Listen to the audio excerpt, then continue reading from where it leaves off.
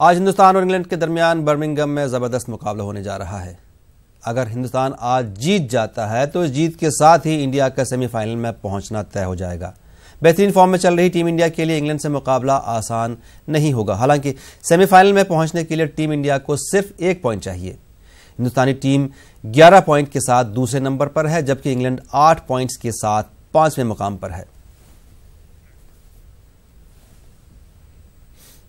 आज बर्मिंघम में हिंदुस्तान और इंग्लैंड के आमने सामने के माबैन मैच होगा। दोनों टीमें आमने सामने होंगी। हिंदुस्तान की शानदार जीत हो, इसके लिए जगह जगह दुआएं और हवन का सिलसिला भी जारी है। वाराणसी में भी टीम इंडिया की शानदार जीत के लिए हवन का एहतमाम किया गया।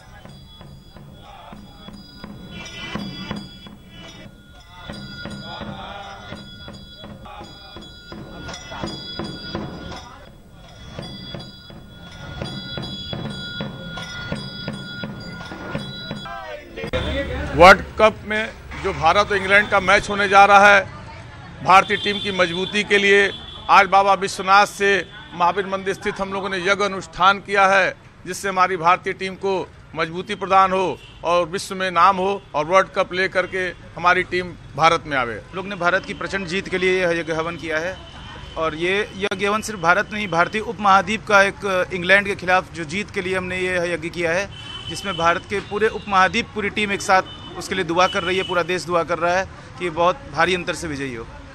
इंडिया बहुत अच्छी परफॉर्मेंस कर रही है और अभी मोहम्मद शामी ने बहुत अच्छी बॉलिंग की है और उनकी लाइन लेंथ इतनी अच्छी है कि अगले बैट्समैन को खेलने में उनको परेशानी होगी और अच्छा परफॉर्मेंस कर रही है। और हम लोग इसीलिए यज्ञ किया है कि वो और अच्छा परफॉर्मेंस करें ताकि भारत वर्ल्ड कप को अपने पास लेके आवे। शर्मा और विराट कोहली और धोनी की वजह से लगता है कि टीम अच्छी खासी और वर्ल्ड कप जीत के लाएगी। हमें इंडिया की टीम पे पूरा भरोसा है कि वर्ल्ड कप हमारा है। कौन से खिलाड़ी अभी तक अधिक परफॉर्मेंस बढ़िया कर रहा है और आपको क्या लगता है इंग्लैंड की स्थिति और भारत की स्थिति? विराट कोहली। वर्ल्ड कप में आज हिंदुस्तान और इंग्लैंड आमने सामने हैं। दोनों ही मजबूत टीमें हैं और आलमी कप में अब तक अच्छा मुजाहिरा किया है।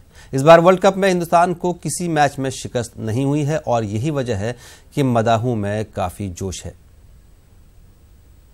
मैच के लिए इंडिया की तैयारियां पूरी हैं, तो वहीं जो क्रिकेट फैंस हैं उनकी भी तैयारियां मुकम्मल हैं और आज बड़ा निर्णायक मैच है भारत के लिए इंग्लैंड के साथ। दोनों ही टीमें मजबूत टीमें हैं और क्या सोचते हैं क्रिकेट फैंस देहरादून के, ये जानते हैं। ये बताइए कि आज क्या लग रहा है आपको कि क्या होगा? दोनों ही टीमें जो है मजबूत टीमें हैं। हाँ जी, लेकिन हमारा इंडिया किसी से कम थोड़ी ना है, हमारा इंडिया ही जीतेगा। कौन से प्लेयर को आप समझ रहे हैं कि आज अच्छा परफॉर्म करेगा, बॉलर्स हो या बैट्समैन हो? MS धोनी अच्छा परफॉर्म करेगा। MS धोनी फेवरेट है आपका। अच्छा, ये बताइए कि अब इंडिया टीम से आज अगर आपसे पूछा जाए, आपकी राय ली जाए कि इंडियन टीम को क्या करना चाहिए आज, अगर वो टॉस जीतती है या टॉस नहीं भी जीतती है, तो क्या स्ट्रेटेजी होनी चाहिए इंडियन टीम की? इंडिया को बैटिंग करनी चाहिए पहले। मैच एज वेस्टर्न में ग्राउंड छोटा है तो बैटिंग करनी चाहिए पहले। बैटिंग करनी चाहिए। हाँ, क्या फायदा होगा उससे? क्योंकि इंग्लैंड की टीम ज़्यादा चेस नहीं कर पाती, पहले वो स्कोर अच्छा खड़ा कर देती है, तो इसलिए इंडिया को पहले बैटिंग करनी चाहिए, फिर बॉलर्स प्रेशर बना सकते हैं। आज किस प्लेयर को आप जो है खेलते हुए देखना चाहते हैं कि आज हो या बॉलिंग हो या बॉलर हो या बैट्समैन हो, किस प्लेयर पे आज आपकी नजरें रहने वाली है? रोहित शर्मा वो परफॉर्मेंस करता है, शतक मारेगा आज भी लगता है मुझे, और सेमी विकेट ले सकता है। अच्छा, इंग्लैंड की टीम से ऐसा कौन सा प्लेयर है या प्लेयर्स हैं जिससे बच के रहना पड़ेगा आज इंडिया को? इंडिया को जो उनकी बॉलिंग लाइनअप है उससे बच के रहना पड़ेगा। जोफ्रा आर्चर, क्रिस वोक्स जो कि काफ़ी अच्छा प्रदर्शन कर रहे हैं इस वर्ल्ड कप में, उनसे बच के रहना पड़ेगा भारतीय बैट्समैन को।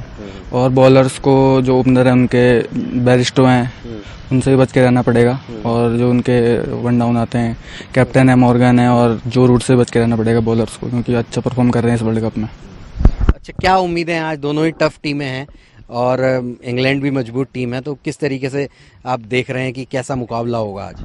बहुत ही अच्छा मुकाबला होगा, दोनों का मैच देखने में मजा आ जाएगा। मजा आएगा मैच। अच्छा, क्या तैयारियां की हैं कुछ आप लोगों ने? जो आज यहाँ से अपना ग्राउंड से खेल के जाएंगे तो कैसे एंजॉय करेंगे घर वालों के साथ मैच को? हम घर जाके सीधा जो हम करते हैं रोज, नहा नू के जरा खाना खा के टीवी के आगे बैठ जाएंगे और पेरेंट्स के साथ मैच देखने में जो मजा आता है वो कहीं नहीं आता। तो चलिए, अपनी अपनी तैयारियां हैं, इंडियन टीम ने अपनी तैयारियां कर ली हैं, तो साथ ही जो इंडियन क्रिकेट टीम के जो फैंस हैं उन्होंने भी तैयारियां कर ली हैं और जोश जो है वो पूरी तरीके से हाई है। कैमरामैन भरत शर्मा के साथ Robin Singh Chauhan, news 18 Dehradun. Film Dangal में पहलवान गीता फोगट के बचपन के किरदार में नजर आने वाली जायरा वसीम ने अदाकारी को हमेशा के लिए अलविदा कह दिया है। 18 साल की उम्र में ही बड़े बड़े अदाकारों के साथ काम करने वाली जायरा वसीम ने कहा कि वो अल्लाह के रास्ते से भटक गई थी और बॉलीवुड का ये 5 साल का सफर अब वो खत्म कर रही हैं। जायरा वसीम के हवाले से उमर अब्दुल्ला ने ट्वीट करते हुए कहा कि ये उनकी ख्वाहिश है और वो अपनी पसंद के लिए आज़ाद हैं। जायरा वसीम आमिर खान की दंगल से सुर्खियों में आई थी।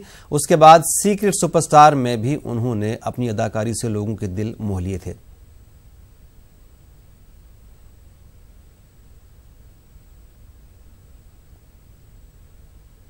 मुमताज़ आलम-ए-दीन मौलाना खालिद रशीद फिरंगी महली ने कहा है कि ये हकीकत है कि फिल्मों के लिए इस्लाम में ममानियत है, लेकिन जायरा का ये ज़ाती फैसला है। उन्होंने खुद मजहब इस्लाम की जानिब रग़बत दिखाई है। नहीं, ये बात हकीकत है कि मजहब इस्लाम में फ़िल्मों को बिल्कुल भी जाहिर सी बात है पसंद नहीं किया गया है और जो भी जिन भी एक्ट्रेस ने ये डिसीजन लिया है ये उनका अपना फ़ैसला है। उन्होंने अपनी, हम समझते हैं कि अपने ज़मीर की आवाज़ पर ये फ़ैसला लिया है और वो काबिल मुबारकबाद हैं और इसमें कहीं से भी उन पर कोई ना प्रेशर था ना कोई ज़ोर ज़बरदस्ती की गई है। तो हर शख्स को अपने करियर के बारे में अपना आज़ादाना और इंडिपेंडेंट फ़ैसला लेने का पूरा कानूनी और मजहबी हक़ हासिल है। इस वजह से जो भी जिन्होंने भी जायरा वसीम ने जो ये स्टेप लिया है ये एक वेलकम स्टेप है और हम ये समझते हैं कि इसमें किसी को कोई एतराज़ नहीं होना चाहिए। तेलंगाना के कागज नगर इलाके में एक खातून फॉरेस्ट रेंज अफसर को तशद्दुद का निशाना बनाया गया। मकामी टीआरएस रुकन असम्बली के भाई ने अपने गुंडों के साथ फॉरेस्ट रेंज अफसर अनीता पर हमला किया। हुजूमी तशद्दुद के इस वाक़े में फॉरेस्ट रेंज अफसर शदीद जख्मी हो गई हैं। कालेश्वरम प्रोजेक्ट के लिए जंगल की ज़मीन हासिल करने और वहां पेड़ पौधे लगाने के मकसद से फॉरेस्ट महकमे की टीम यहां पर पहुंची थी।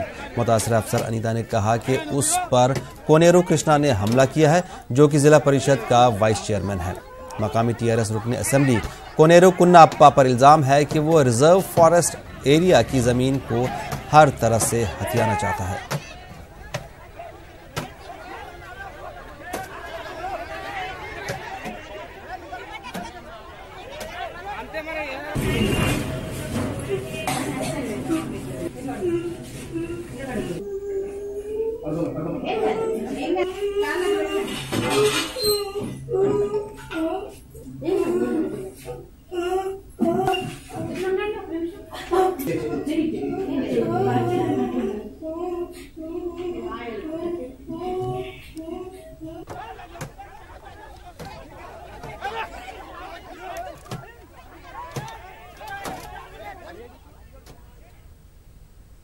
भोपाल में कंडक्टर के जरिए एक तालिबा को आंटी कहना महंगा पड़ा।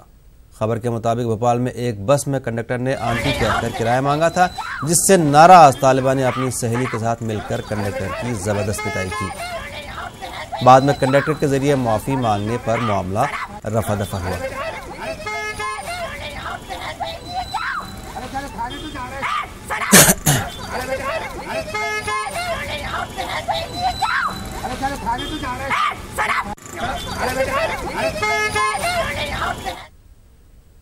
यहाँ पे वक्त हुआ एक ब्रेक का। मजीद खबरें ब्रेक के बाद।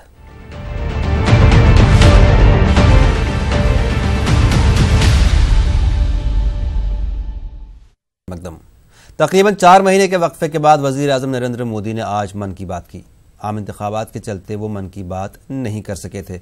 वजीर आजम ने कहा कि इस इतवार ने मुझे बहुत इंतजार करवाया है और दोबारा इंतखाबात जीतने के लिए पहली बार पीएम ने खिताब करते हुए जीत के लिए अवाम का शुक्रिया अदा किया। मोदी ने कहा कि जमहूरियत बहुत अजीम है और बहुत मुश्किल से हमें मिली है। वजीर आजम ने अपने खिताब में कहा कि न्यू इंडिया का सिलसिला जारी रहेगा। इस दौरान वजीर-ए-आज़म ने मुंशी प्रेमचंद की कहानी ईदगाह का जिक्र किया। उन्होंने कहा कि मुंशी प्रेमचंद की कहानी ईदगाह ने मुझे बहुत मुतासिर किया है। आज वजीर-ए-आज़म की मन की बात में पानी की हिफाजत पर खास जोर रहा। उन्होंने आवाम से पानी की हिफाजत के लिए एक मुहिम चलाने की अपील भी की।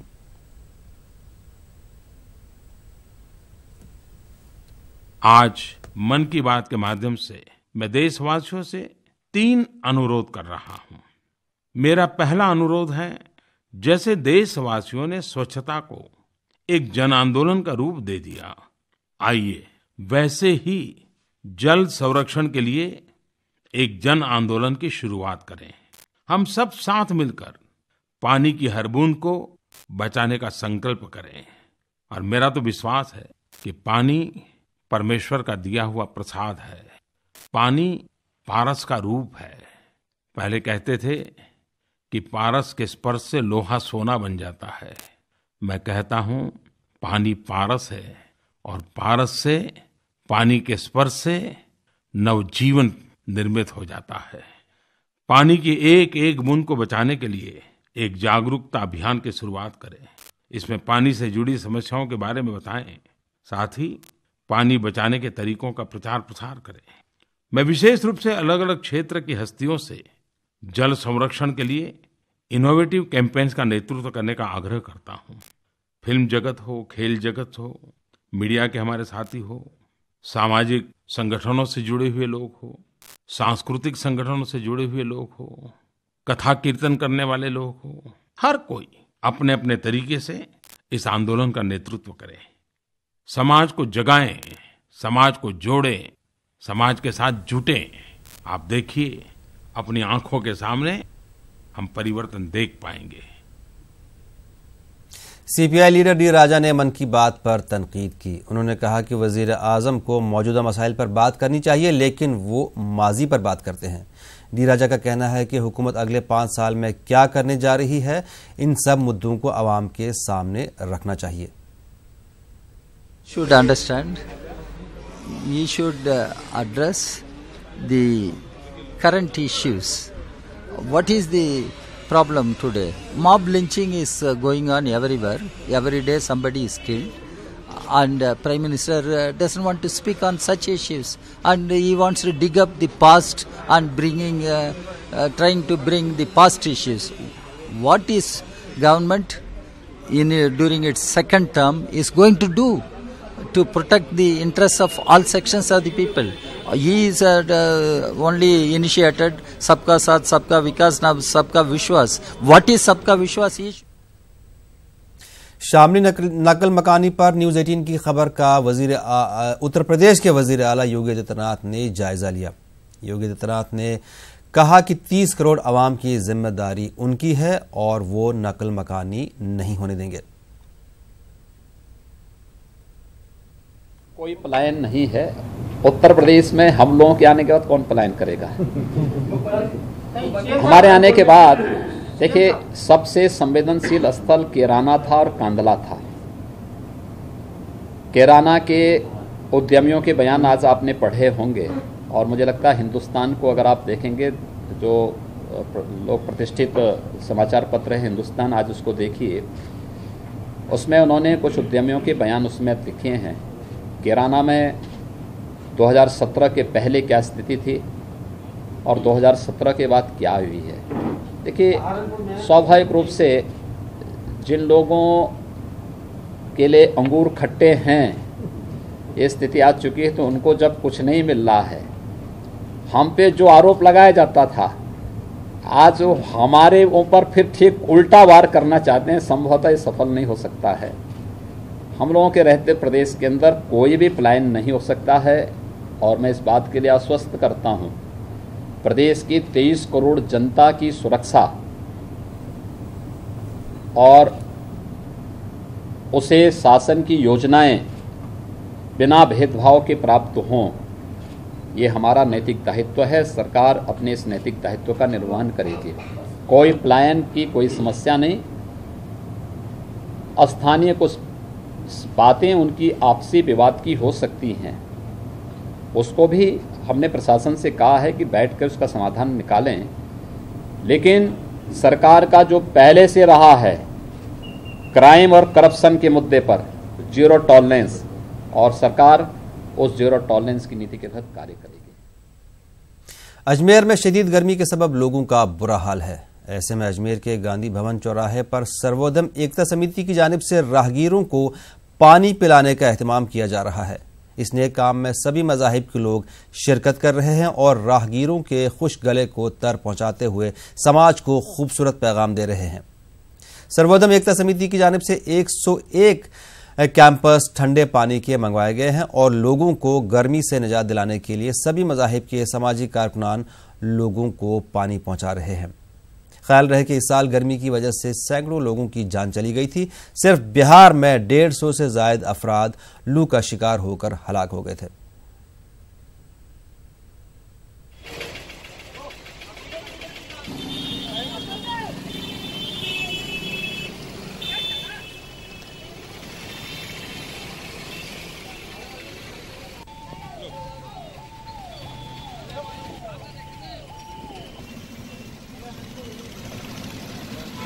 हमारे यहाँ भयंकर गर्मी में देखते हुए हरिओम कॉलोनी विकास समिति, जन सेवा समिति, अजय मेरू सेवा समिति, पूज्य सिंधी पंचायत के सर्वधर्म समिति के लोग, जिसमें हिंदू, मुस्लिम, सिख, ईसाई, पारसी, जैन सब लोग मिलकर के यहाँ पर गांधी भवन में भयंकर गर्मी को देख करके 101 कैंपरों से ठंडे पानी की व्यवस्था की गई है। हम बिना जाति धर्म के, छोटा बड़ा, ग्रामीण और शहरी, कोई भी आदमी हो, उनको सबको प्यास लग रही है भयंकर, इसलिए पानी पिला रहे हैं। हमारा उद्देश्य है कि लोग दिन में पता नहीं गांव से निकले हैं, कितने बजे निकले हैं, शहर में अपने काम से निकले हैं, प्यास, रास्ते में प्याऊ भी आजकल जो है उपलब्ध नहीं होती है और पानी गर्म हो जाता है उनमें, इसीलिए हम आज ठंडा पानी पिला के उनकी प्यास बुझाने का कार्य कर रहे हैं। हमारा यही उद्देश्य है कि सबको तृप्ति मिले। आज हम सब लोगों ने मिलकर जितनी भी समितियाँ, जन कल्याणकारी की जो समितियाँ, हम समय समय पर, कुछ समय पहले हमने पक्षियों के लिए, बेजुबा पक्षियों के लिए परिंदे लगवाए थे हमारी कॉलोनियों में, हरिओम कॉलोनी में। मानव सेवा में सबसे बड़ा धर्म पानी का माना गया है, इसीलिए हम सब लोग सुबह यहाँ इकट्ठे होकर पानी की 10 बजे से लेकर लोगों को पानी पिला रहे हैं। और हम लोगों से आग्रह करते हैं कि सभी लोग विभिन्न चौराहे पर जो भामाशाह हैं शहर के और जो लोग हैं जो भंडारे करते हैं, वो लोग पानी की व्यवस्था करें ताकि लोग अपनी प्यास बुझा सकें। एक बार फिर से बिहार में मदरसों के तलबा एक बड़ी तहरीक की तैयारी कर रहे हैं। तलबा यूनियन को असातिज़ा की हिमायत हासिल है और अब मुस्लिम तंजीमें भी इनके साथ खड़ी होने लगी हैं। दरअसल मदरसा एजुकेशन बोर्ड की जानिब से मदरसों के ताल्लुक से लिए गए मुख्तलिफ फैसलों के सबब तलबा और असातिज़ा मुश्तरका तौर पर एहतजाज करने की तैयारी कर रहे हैं।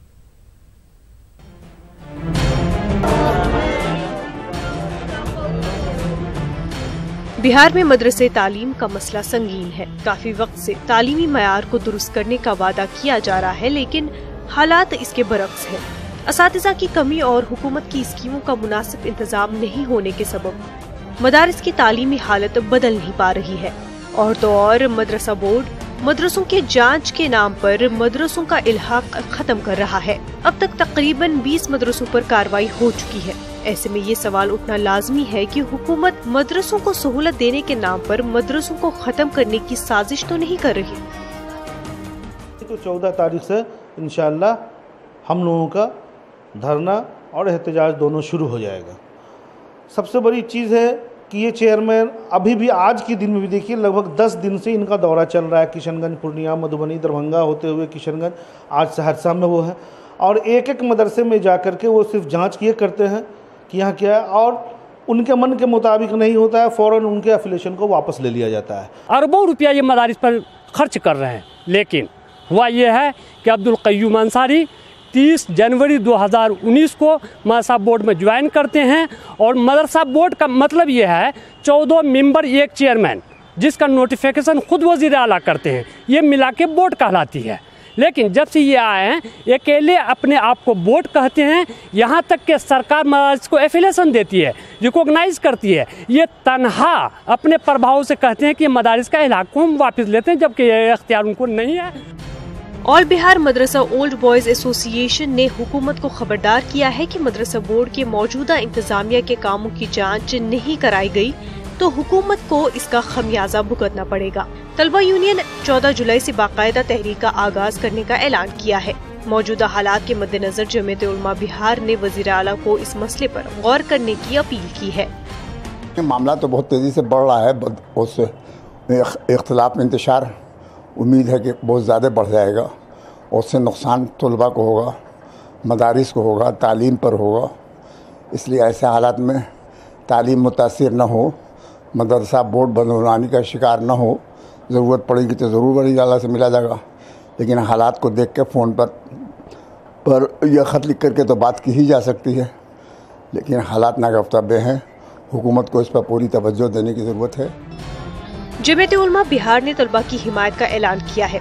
उधर इस पूरे मामले पर मदरसा बोर्ड बयान देने से बचता नजर आ रहा है। न्यूज़ 18 उर्दू के लिए पटना से महफूज आलम की रिपोर्ट। मौलाना यासूब ने ज़ायरा वसीम के बॉलीवुड के अलविदा कहने के मामले में अपना रद्दअमल दिया है। उनका कहना है कि मैं बॉलीवुड की तमाम ख़वातीन से कहना चाहता हूं कि वो बेपर्दगी से दूर हो जाएं। सिर्फ ज़ायरा वसीम ही नहीं बल्कि इस्लाम सभी ख़वातीन के लिए है और ये इस्लाम का कानून ख़वातीन के लिए बहुत खूबसूरत है। उन्होंने कहा कि औरतों को स्टेज की जीनत समझा जाता है, लेकिन ये उनके हक में दुरुस्त नहीं है। ड्रेस कोड इस्लाम ने 1400 साल पहले बिल्कुल मुंतखब कर दिया है और मुरतब कर दिया है। औरत क्या पहने, क्या ओढ़े, क्या लिबास हो औरत का, ये इस्लाम में 1400 साल पहले है। ये खाली ज़ायरा वसीम की बात नहीं है। इंडस्ट्री में जितनी भी औरतें काम कर रही हैं उनको सोचना चाहिए है कि वो अपनी अंतरात्मा की आवाज़ को सुने कि उनके अंदर की आवाज़ उनसे क्या कह रही है। इसलिए कि औरत वो नहीं है कि आप औरत की नुमाइश कीजिए, औरत को स्टेज पर परफॉर्म कराइए। औरत का एक हिजाब है, औरत का दायरा है। किसी भी मजहब की औरत हो, किसी भी धर्म की औरत हो, औरत का सम्मान है। औरत को एक साबुन की बट्टी के बेचने के लिए उसकी नुमाइश नहीं होना चाहिए, या एक साड़ी के बेचने के लिए, या एक फिल्म को चलाने के लिए औरत की नुमाइश नहीं होना चाहिए।